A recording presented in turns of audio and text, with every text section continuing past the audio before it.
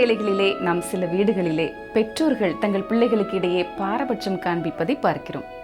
ஆனால் இந்த பாரபட்சமானது பிள்ளைகளின் மனதில் வேதனை, வெறுப்பு, கசப்பை விதைத்து பின்னாளிலே அவர்களுடைய வாழ்க்கையை வேறு பாதையில் செல்லும்படியான ஒரு சூழ்நிலையை கூட உருவாக்கிவிடும்.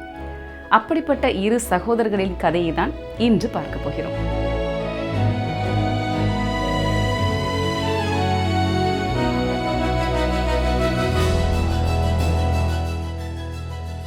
தொடர்ந்து எங்களோடு வேதத்தை கற்று வரும் உங்களுக்கு கர்த்தர் தாமே ஆவிக்குரிய சகல ஆசீர்வாதங்களையும் கொடுத்து உங்களை ஆசீர்வதிப்பாராக. இந்த வேத பாடங்களை நீங்கள் கவனிக்கும் பொழுது உங்களுடைய வேத புத்தகத்தையும் உங்கள் கையில் வைத்துக் கொள்வீர்கள் என்றால் மிகவும் நல்லது.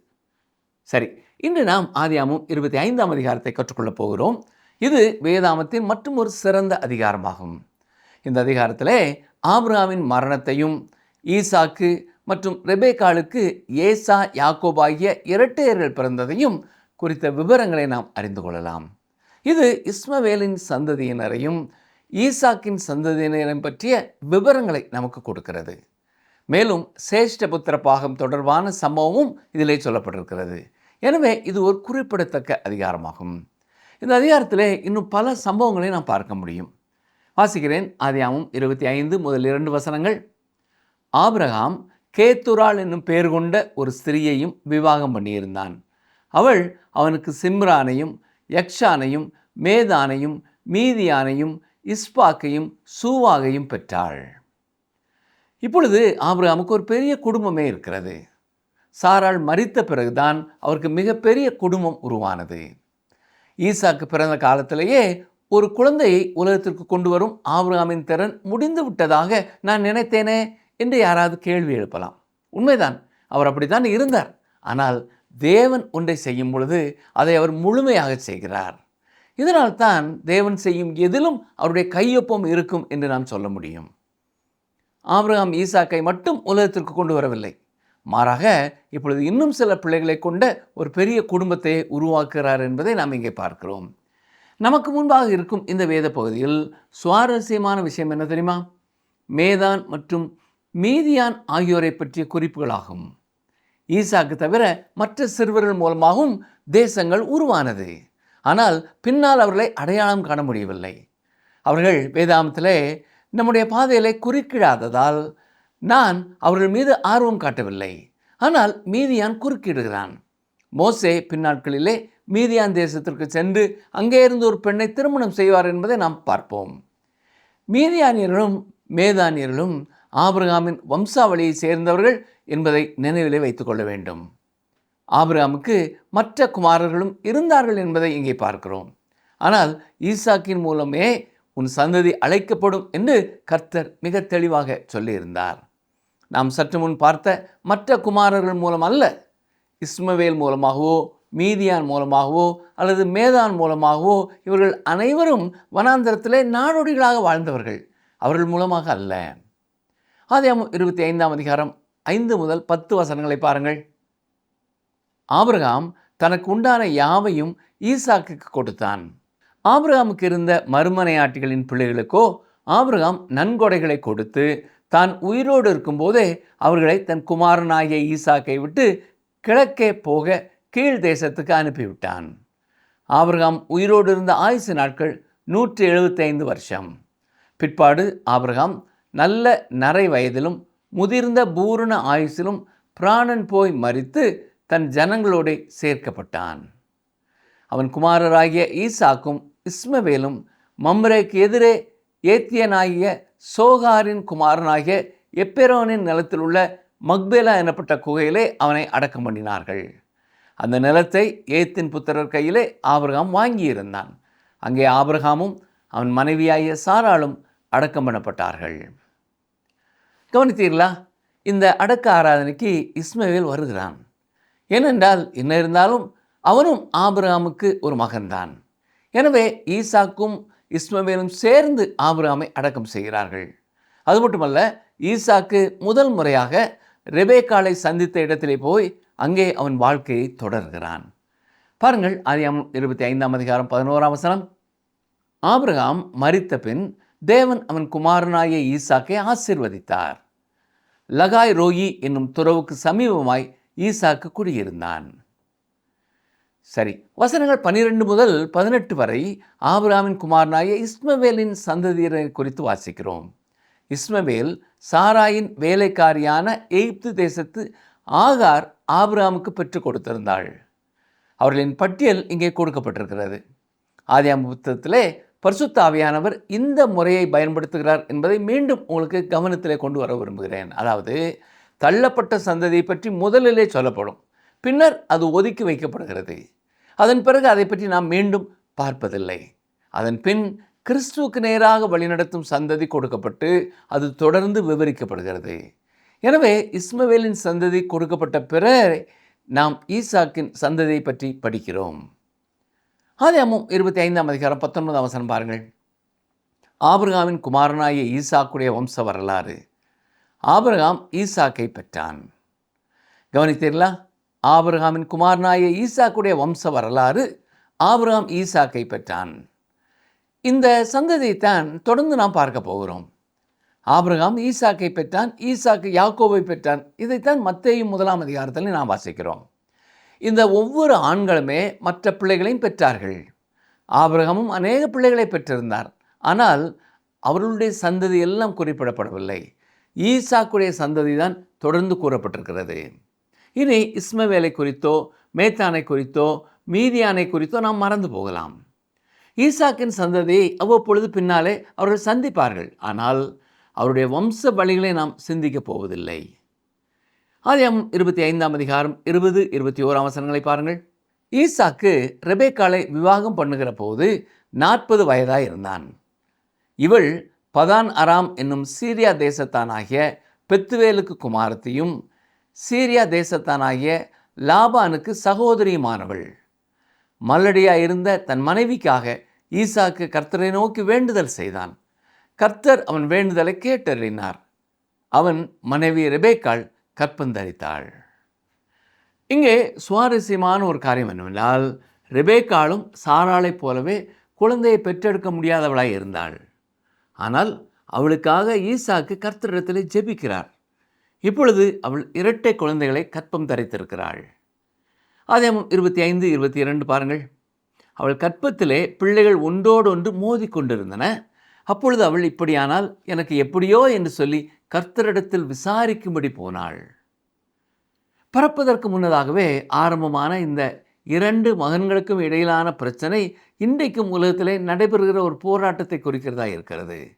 அதாவது நன்மைக்கும் தீமைக்கும் இடையிலான ஒரு போராட்டம், ஆவிக்கும் சரீரத்துக்கும் இடையிலான போராட்டம். கர்த்தருடைய பிள்ளைகள் ஒவ்வொருவருமே இந்த போராட்டத்தை குறித்து அறிந்திருக்கிறார்கள். இதை குறித்து அப்போஸ்தலனாகிய பவுலும் ரோமர் 7ஆம் அதிகாரத்திலே தெளிவாக எழுதியிருக்கிறார். அவளுக்குள்ளே நடைபெறுகிற இந்த போராட்டத்தை குறித்து ரெபேக்காள் ஒன்றுமே அறியாதவளாக இருந்தாள். எனவே தேவனிடத்திலே போய் அதை குறித்து கேட்கிறாள். பிரியமானவர்களே, நம்முடைய வாழ்க்கையிலேயும் கேள்விக்குறியாக இருக்கும் எந்த காரியத்தை குறித்தும் நாம் தேவனிடத்திலே விசாரிக்கும் பொழுது அவர் நமக்கு பதில் சொல்கிறவராக இருக்கிறார். பாருங்கள், வாசிக்கிறேன். ஆதியாகமம் 25, 23. அதற்கு கர்த்தர், 2 ஜாதிகள் உன் கற்பத்தில் உண்டாயிருக்கிறது, 2 விதமான ஜனங்கள் உன் வயிற்றிலிருந்து பிரியும், அவர்களில் ஒரு ஜனத்தார் மற்ற ஜனத்தாரை பார்க்கிலும் பலத்திருப்பார்கள், மூத்தவன் இளையவனை சேவிப்பான் என்றார். இங்கே நான் வாசித்தது போல தேவன் மிக தெளிவாக மூத்தவன் இளையவனை சேவிப்பான் என்று கூறிவிட்டார். இதை ரெபேக்காள் பூரணமாக விசுவாசித்திருக்க வேண்டும். அது மட்டுமல்ல, இளைய குமாரனும் அதை பரிபூர்ணமாய் விசுவாசித்திருக்க வேண்டும். தொடர்ந்து அங்கே என்ன நடக்கிறது பாருங்கள். ஆதியாகமம் 25, 24, 25ஆம் வசனங்கள். பிரசவ காலம் பூரணமான போது அவள் கற்பத்தில் 2 பிள்ளைகள் இருந்தது. மூத்தவன் சிவந்த நிறமுள்ளவனாயும் சர்வாங்கமும் ரோம அங்கி போர்த்தவன் போலவும் வெளிப்பட்டான். அவனுக்கு ஏசா என்று பெயரிட்டார்கள். ஏசா என்ற பெயருக்கு சிவப்பு அல்லது மண் நிறமானவன் என்று பொருள். அவன் முதலாவதாக பிறந்ததால் மூத்தவராக கருதப்படுகிறார். ஆனால் அந்த மூத்தவரோ இளையவனுக்கு ஊழியம் செய்ய வேண்டியதாக இருந்தது. ஆதியாகமம் 25, 26. பின்பு அவன் சகோதரன் தன் கையினாலே ஏசாவின் குதிங்காலை பிடித்து கொண்டு வெளிப்பட்டான். அவனுக்கு யாக்கோபு என்று பெயரிட்டார்கள். இவர்களை அவள் பெற்ற போது ஈசாக்கு 60 வயதாயிருந்தான். நான் வாசித்த வசனத்தை கவனித்தீர்களா? ஈசாக்கும் ரெபெக்காளும் திருமணமாகும்போது ஈசாக்குக்கு 40 வயது. 20 ஆண்டுகள் கழித்து தான் இந்த குழந்தைகளை அவர்கள் பெற்றெடுக்கிறார்கள். மூத்தவன் ஏசா சிவந்தவன் என்று அழைக்கப்படுகிறான். யாக்கோபு ஏசாவின் குதிங்காலை பிடித்து கொண்டு வெளிப்பட்டான். எனவே அவனை யாக்கோபு என்று அழைத்தார்கள். முந்த முயன்றவன் என்று சொல்லலாம். மூத்தவனின் இடத்தை எடுத்துக்கொள்ள வருகிறான். ஆனால் ஏற்கனவே தேவன் அதை அவனுக்கு வாக்கு பண்ணிவிட்டார். சரி, ஆதியாகமம் 25ஆம் அதிகாரம் 27ஆம் வசனத்தை பாருங்கள். இந்த பிள்ளைகள் பெரியவர்களான போது ஏசா வேட்டையில் வல்லவனும் வன சஞ்சாரியுமாய் இருந்தான். யாக்கோபு குணசாலியும் கூடாரவாசியுமாய் இருந்தான். இப்பொழுது இந்த 2 சிறுவர்களும் அந்த வீட்டிலே வளர்கிறதை பார்க்கிறோம். அவர்கள் இரட்டையர்கள் தான். ஆனால் இவர்களைப் போல வித்தியாசமான குணங்களை கொண்ட 2 சிறுவர்களை நீங்கள் பார்க்க முடியாது. அவர்கள் கருப்பையிலிருந்தே போராடத் தொடங்கினார்கள். அது முதல் ஒருவருக்கொருவர் எதிராகவே இருக்கிறார்கள். அவருடைய வாழ்க்கை நோக்கங்கள் மற்றும் தத்துவங்கள் முற்றிலும் வேறானவைகளாய் இருந்தன. அவர்களின் சிந்தனையும் மனப்போக்கும் வெவ்வேறானவை. ஆரம்பத்திலே யாக்கோபை விட ஏசா மற்றவர்களை மிகவும் எளிதாக கவரக்கூடிய ஒருவராய் இருந்திருக்கிறார் என்பதை நாம் ஒத்துக்கொள்ளத்தான் வேண்டும். ஆனால் நாம் எப்பொழுதுமே ஒருவரை அவர்களுடைய வெளித்தோற்றத்தை வைத்து எடைபட முடியாது என்பதையும் நாம் அறிந்திருக்கிறோம். உள்ளத்தில் என்ன நடக்கிறது என்பதை வைத்தே நாம் ஒருவரை குறித்து தீர்மானிக்க வேண்டும். இந்த சம்பவத்திலே நாம் அதை குறித்து தெளிவாக கற்றுக்கொள்ளலாம். அந்த பிள்ளைகள் வளர்ந்தார்கள் என்று வாசிக்கிறோம். இந்த ஏசா ஒரு திறமை உள்ள வேட்டைக்காரனாகவும் எப்பொழுதும் வீட்டிற்கு வெளியிலே பொழுதை கழிக்கிறவனாகவும் ஒரு விளையாட்டு வீரரை போன்ற உடல் வாக்கு கொண்டவனாயும் இருந்தான். இன்றைய காலத்திலே நாம் அவனை சகல கலா வல்லவன் என்று சொல்லலாம். அவன் விளையாட்டுகளிலே ஆர்வம் காட்டினான். உடல் சார்ந்த எல்லாவற்றிலையும் ஈடுபட்டான். ஆனால் அவனுக்கு ஆவிக்குரிய காரியங்களிலே எந்தவித புரிந்து கொள்ளுதலோ திறமையோ விருப்பமோ இல்லை. அவன் உடல் சார்ந்த காரியங்களில் மட்டுமே ஆர்வம் காட்டினான். அவன் மாம்சத்திற்கு அடையாளமாக இருக்கிறான். யாக்கோபு ஒரு சாதுவான மனிதனாக இருந்தான். அதன் பொருளை உங்கள் விருப்பப்படி எப்படி வேண்டுமானால் நீங்கள் எடுத்துக்கொள்ளலாம். அவன் வீட்டுக்குள்ளேயே தங்கியிருக்கிறவன். அவன் தாயின் செல்ல பிள்ளையாக அவளுடைய அரவணைப்பிலேயே இருந்தான். தாய் சொன்னபடியே அவன் கேட்பதை நீங்கள் நன்றாக கவனிக்கலாம். யாக்கோபு உண்மையிலேயே ஒரு அம்மாவின் பிள்ளைதான். இந்த ஏசா அப்பாவின் செல்ல பிள்ளை. ஆதியாகமம் 25ஆம் அதிகாரம் 28ஆம் வசனத்தை பாருங்கள். ஏசா வேட்டையாடி கொண்டு வருகிறது ஈசாக்கினுடைய வாய்க்கு ருசிகரமாய் இருந்ததினாலே ஏசாவின் மேல் பட்சமாய் இருந்தான். ரெபெக்காளோ யாக்கோபின் மேல் பட்சமாய் இருந்தாள். இந்த குடும்பத்தில் உள்ள சிக்கல் இதுதான். இத்தகைய சூழலிலே அவர்களுக்கு பிரச்சனைகள் வரும் என்று நீங்கள் நினைத்தால் அதுதான் அப்படியே நடந்தது. அப்பா ஒரு பிள்ளையிடமும் அம்மா இன்னொரு பிள்ளையிடமும் பாரபட்சம் காட்டும் பொழுது அங்கே குழப்பம் ஏற்படுகிறது. இப்பொழுதும் அது அப்படித்தான் நடக்கும். ஈசாக்கு ஏசாவை நேசித்தார். ஏனென்றால் அவர் அவனுடைய வேட்டை இறைச்சியை விரும்பி சாப்பிட்டார். ஏசா வேட்டைக்கு செல்வார். அவர் செல்லும் பொழுதெல்லாம் ஏதேனும் ஒன்றை கொண்டு வருவார். அவர் வேட்டை இறைச்சியை வீட்டிற்கு கொண்டு வந்தார். ஈசாக்கு அதை விரும்பி சாப்பிட்டார். மேலும் அவருக்கு இந்த வெளிப்புற நடவடிக்கைகளிலே ஆர்வம் கொண்ட பையனை பிடித்திருந்தது. ஆனால் யாக்கோபு ஒரு தாயின் செல்ல பிள்ளை. இதனால் ரெபெக்காள் அவனை நேசித்தாள். நான் முன்னே கூறியது போல இந்த கட்டத்திலே யாக்கோபை விட ஏசா மிகவும் கவர்ச்சிகரமானவராக தோன்றுகிறார். அவர் மிகவும் ஆரோக்கியமான குணாதிசயங்களை கொண்ட சிறுவனாக தெரிகிறார். ஆனால் யாக்கோபோ தந்திரமானவன். அவன் சாமர்த்தியமாக இருக்க முயற்சி செய்கிறான். சொல்லப்போனால் முற்றிலும் தவறான காரியங்களை செய்வதற்கு கூட அவன் தயங்குவதில்லை. இதற்காக தேவன் அவனை தண்டிக்கப் போகிறார். சரி, இதில் சுவாரஸ்யமான விஷயம் என்னவென்றால் ஏசா வெளிப்புறத்தில் மிகவும் கவர்ச்சிகரமான ஒருவராக இருந்தாலும் உள்ளுக்குள்ளே தேவனை பற்றிய எந்த புரிந்து கொள்ளுதலோ அல்லது தேவனை தேடும் அறிவோ இல்லை. உலக போக்கில் வாழும் ஒரு மனிதன் யாராவது உண்டு என்று சொன்னால் அது ஏசாதான். அவன் வெறும் உடல் அளவிலான மனிதன், அவ்வளவுதான். அதற்காகவே அவன் வாழ்ந்தான் என்று கூட சொல்லலாம். ஆனால் யாக்கோவின் உள்ளத்திலோ ஆன்மீக காரியங்களுக்கான ஒரு வாஞ்சை இருந்திருக்கிறது. யாக்கோபின் மேலே படிந்திருந்த குப்பைகளையும் திரைகளையும் நீக்கி அவனுக்குள்ளே இருந்த ஆன்மீக விருப்பத்தை வெளிக்கொண்டு வருவதற்கு தேவனுக்கு நீண்ட காலம் பிடித்தது, உண்மைதான். ஆனால் இறுதியாக அவர் அதை செய்தார். நாம் யாக்கோபை பற்றிய ஆய்வு முடிவதற்குள் அவர் வாழ்க்கையின் பிற்பகுதி வரை அதை வெளிப்படுத்தாவிட்டாலும் ஆரம்பத்திலிருந்தே அவர் தேவனுடைய மனுஷனாகத்தான் இருந்தார் என்பதை நாம் பார்க்க முடியும். இப்பொழுது அந்த வீட்டிலே நடந்த ஒரு சம்பவத்தை பற்றி நமக்கு சொல்லப்பட்டிருக்கிறது. அப்பா மற்றும் அம்மா இருவருமே காட்டிய பாரபட்சம் எத்தகைய சிரமங்களையும் மோதல்களையும் உண்டாக்கியிருக்கும் என்பதை உங்களாலே யோசித்து பார்க்க முடிகிறதா? அதை ஒரு மகிழ்ச்சியான குடும்பம் என்று சொல்ல முடியாது. அருமையான சகோதரனே, சகோதரியே, உங்கள் குடும்பத்திலேயும் இப்படி நீங்கள் பிரித்து அன்பு கூற வேண்டாம். எத்தனை பிள்ளைகள் ஆண்டவர் உங்களுக்கு கொடுத்திருந்தாலும் எல்லாருக்கும் ஒரே அன்பை கொடுங்கள். எந்த பிள்ளை சிறப்பான காரியத்தை செய்தாலும் அதை உற்சாகப்படுத்துங்கள். எந்த பிள்ளை தவறு செய்யும் பொழுதும் அதை கண்டிக்கவும் மறக்க வேண்டாம். சரி, ஆதியாகமம் 25ஆம் அதிகாரம் 29 முதல் 32 வரை பாருங்கள்.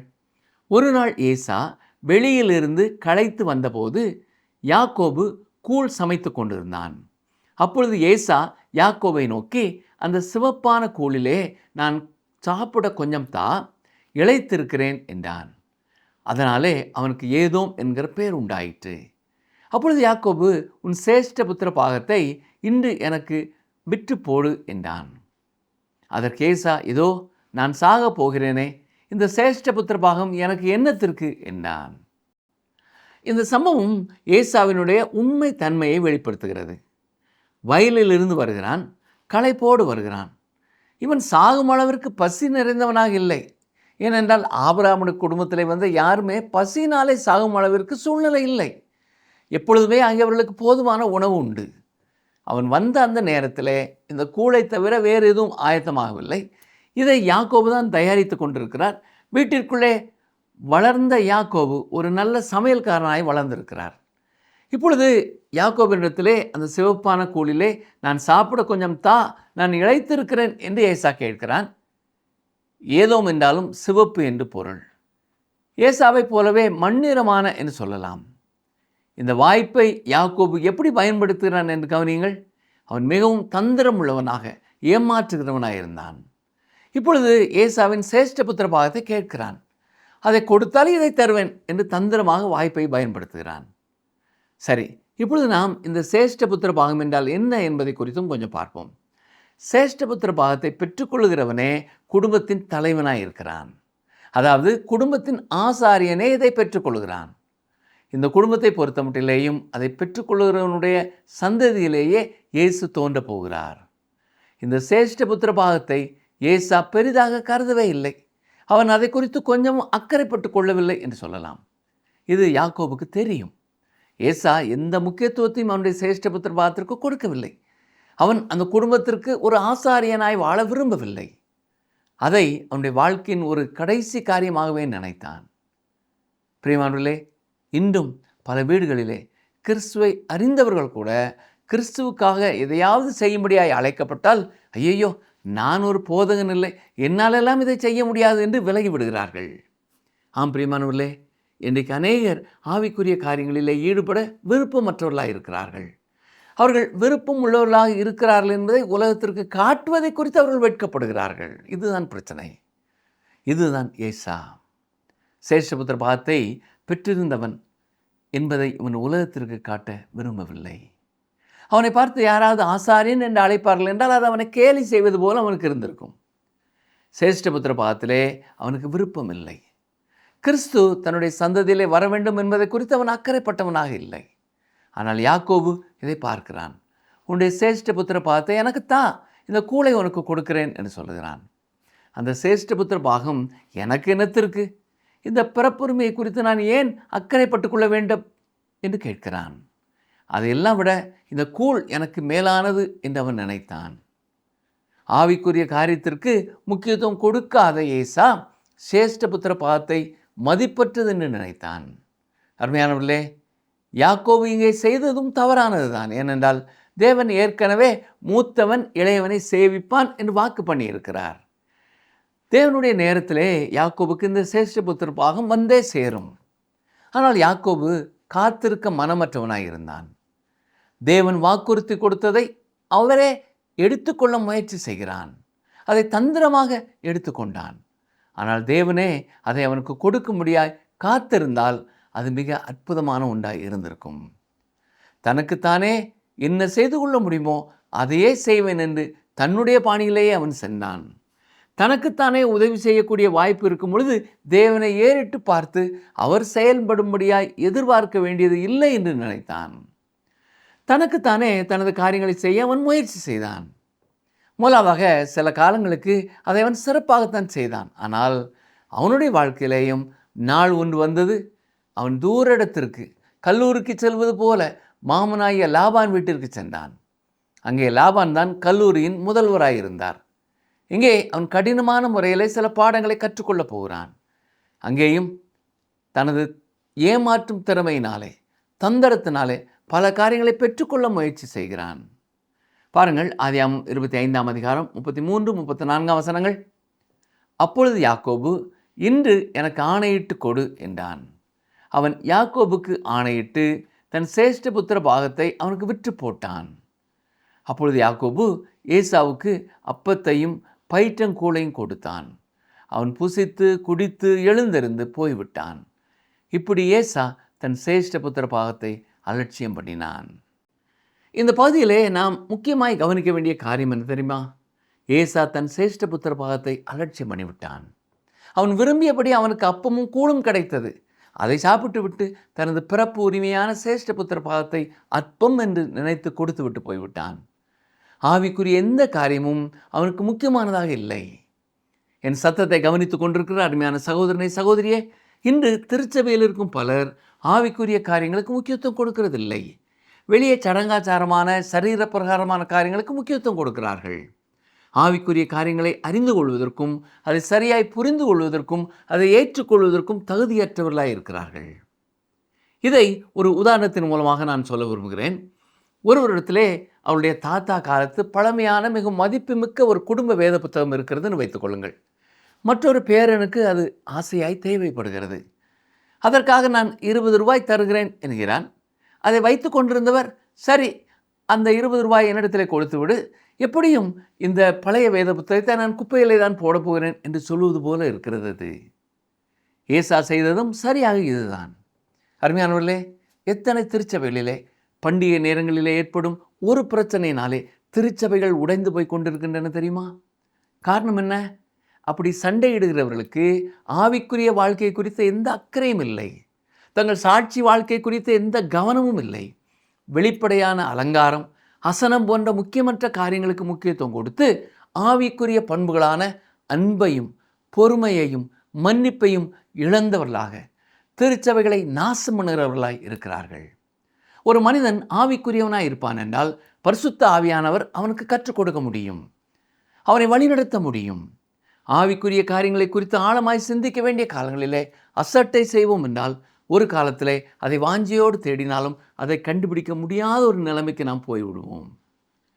ஒருவனும் வேசி கள்ளனாயும் ஒருவேளை போஜனத்துக்காக தன் சேஷ்ட புத்திர பாகத்தை விற்று போட்ட ஏசாவை போலவும் சீர்கெட்டவனாய் இராதபடிக்கு எச்சரிக்கையாய் இருங்கள் என்று நமக்கு வேத புஸ்தகம் எச்சரிப்பு கொடுக்கிறது.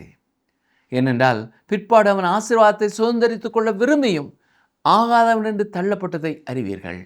அவன் கண்ணீர் விட்டு கவலையோடு தேடியும் மனமாறுதலை காணாமல் போனான் என்று வாசிக்கிறோம். எனக்கு அருமையான சகோதரனை சகோதரியே, அப்படிப்பட்ட நேரம் உங்கள் வாழ்க்கையிலே வரும் முன்னதாக ஆவிக்குரிய காரியங்களை குறித்து அக்கறை உள்ளவர்களாக வாழுங்கள். இந்த காலங்களிலே உங்கள் ஆவிக்குரிய வாழ்க்கையிலே எந்த காரியங்களை மாற்றிக்கொள்ளும்படியாக ஆண்டவர் உங்களோடு பேசுகிறாரோ அதற்கு கீழ்ப்படிந்து செயல்பட உங்களை அர்ப்பணியுங்கள். இல்லை என்றால் நீங்கள் நெருக்கப்படும் இன்னொரு சூழ்நிலையிலே மனம் திரும்ப நீங்கள் வாஞ்சிப்பீர்கள். மனமாறுதலை பெற்றுக்கொள்ள முடியாத ஒரு நிலைமைக்கு சென்று விடுவீர்கள். அருமையான பெற்றோரே, உங்கள் குடும்பங்களிலே பிள்ளைகளை பாரபட்சம் இல்லாமல் நேசிக்க தீர்மானம் செய்யுங்கள். எந்த பிள்ளை தவறு செய்தாலும் தண்டனை கொடுங்கள். எந்த பிள்ளை சிறப்பான காரியத்தை செய்தாலும் உற்சாகப்படுத்துங்கள். உங்கள் குடும்பம் ஒரு சாட்சியான குடும்பமாக இருக்கட்டும். ஏசா மற்றும் யாக்கோபின் வாழ்க்கை வரலாறு நமக்கு ஒரு எச்சரிப்பாயும் ஒரு பாடத்தையும் கற்றுக் கொடுக்கிறது. பொருளாதாரத்தை விட மேலானது ஆன்மீகம். ஏசா தன்னுடைய பசி என்னும் தற்காலிகமான தேவையை தீர்க்க நித்தியமான காரியத்தை அவன் இழந்து போய்விட்டான். ஒருவேளை உணவிற்காக தாரை வார்த்து விட்டான். இன்று நாமும் உலக இன்பங்களுக்காக, தற்காலிக லாபங்களுக்காக நம்முடைய ஆவிக்குரிய உன்னதமான நிலைமையை இழந்துவிடக்கூடாது. ஏசா பிறகு கண்ணீர் விட்டு தேடியும் அதை காண முடியவில்லை. காலம் கடந்து சிந்திப்பதை விட பிரியமானவர்களே, கர்த்தர் பேசும் பொழுதே கீழ்ப்படிவது ஒரு சிறந்தது. அதுதான் ஒரு விசுவாசிக்கு அழகு. மனம் திரும்புதலுக்கான கதவுகள் திறந்திருக்கும் பொழுதே நம் ஆவிக்குரிய வாழ்க்கையிலே மாற்றங்களை செய்ய நாம் அர்ப்பணிக்க வேண்டும். எனவே நம்முடைய வாழ்க்கையிலேயும் இன்று சிந்திய காரியங்களை மனதிலே வைத்து ஆண்டுடைய கருத்திலே நம்மை பூரணமாய் அர்ப்பணிப்போமா? ஜெபம் செய்வோம். எங்களை நேசிக்கிற நல்ல ஆண்டவரே, ஏசா யாக்கோபு இவர்களுடைய குடும்பத்திலே நடந்த காரியங்களை நாங்கள் படித்தோம் ஐயா. நாங்கள் கற்றுக்கொள்ள வேண்டிய காரியங்களை கற்றுக்கொள்ள உதவி செய்யும். என்னுடைய குடும்பங்களிலே எல்லா பிள்ளைகளையும் ஒன்று போல நேசிக்க உதவி செய்தலும். ஏசாவை போல ஆவிக்குரிய காரியங்களை குறித்து அக்கறையற்றவர்களாய் அலட்சியம் பண்ணுகிறவர்களாய் வாழாமல் ஆவிக்குரிய காரியங்களுக்கு முக்கியத்துவம் கொடுக்க உதவி செய்யும். எந்த காரியத்தை குறித்து எங்களோடு நீர் பேசுகிறீரோ அதை உணர்ந்து மனம் திரும்ப நீர் எங்களுக்கு உதவி செய்யும். இயேசு கிறிஸ்துவின் நாமத்தினாலே தாழ்மையோடு கேட்கிறோம் பிதாவே, ஆமேன்.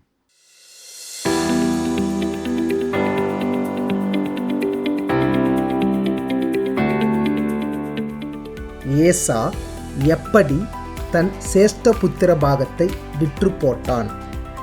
ஏசா எப்படி தன் சேஷ்ட புத்திர பாகத்தை விற்று போட்டான்? ஆப்ஷன் ஏ, கையில் அடித்து கொடுத்து. ஆப்ஷன் பி, ஆணையிட்டு கொடுத்து. ஆப்ஷன் சி, சத்தியம் செய்து.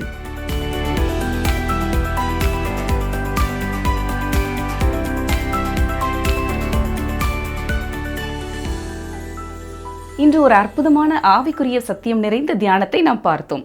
உங்களோடு கூட ஆவியானவர் இடைப்பட்டிருப்பார் என்று விசுவாசிக்கிறோம் நேயர்களே. நாம் எதற்கு முக்கியத்துவம் கொடுக்க வேண்டும் என்று இரு சகோதரர்கள் மூலமாக நாம் இன்று பார்த்தோம். ஏசா தனக்கு கொடுக்கப்பட்ட உன்னத அதிகாரத்தை, முக்கியத்துவத்தை மூத்த குமாரனாய் இருந்தாலும் அலட்சியப்படுத்தாமல் இருந்திருந்தால் அவன் சந்ததியிலே இயேசு கிறிஸ்து பிறந்திருக்கக்கூடும். ஆனால் தன் அலட்சியத்தினால் அதை இழந்து விட்டான். காரணம், அவன் உன்னத காரியங்களை தேடாமல் உலக பிரகாரமான காரியங்களை தேடியதால். இன்றைக்கு இதை நாம் நமக்கு ஒரு எச்சரிக்கையாக எடுத்துக்கொள்ளலாம். நம்முடைய வாழ்விலே நாம் எதற்கு முக்கியத்துவம் கொடுக்கிறோம், எப்படிப்பட்ட காரியங்கள் நம் வாழ்வில் முதலிடம் வகிக்கிறது என்று நம்மை நாமே சற்று ஆராய்ந்து பார்ப்போமாக. இருதயங்களை பார்க்கிற தேவன் நம்மை ஆசீர்வதிப்பாராக. பரிசுத்த ஆவியானவரின் சத்தம் நம் காதுகளில் கேட்கும்படியாக நம்முடைய இருதயம் திறந்திருக்கிறதா? இந்த நிகழ்ச்சி உங்களுக்கு பிடிச்சிருக்கா? அப்ப இப்பவே மிஸ்டர் கால் கொடுங்க. பரிசு வெல்றது நீங்களாவும் இருக்கலாம்.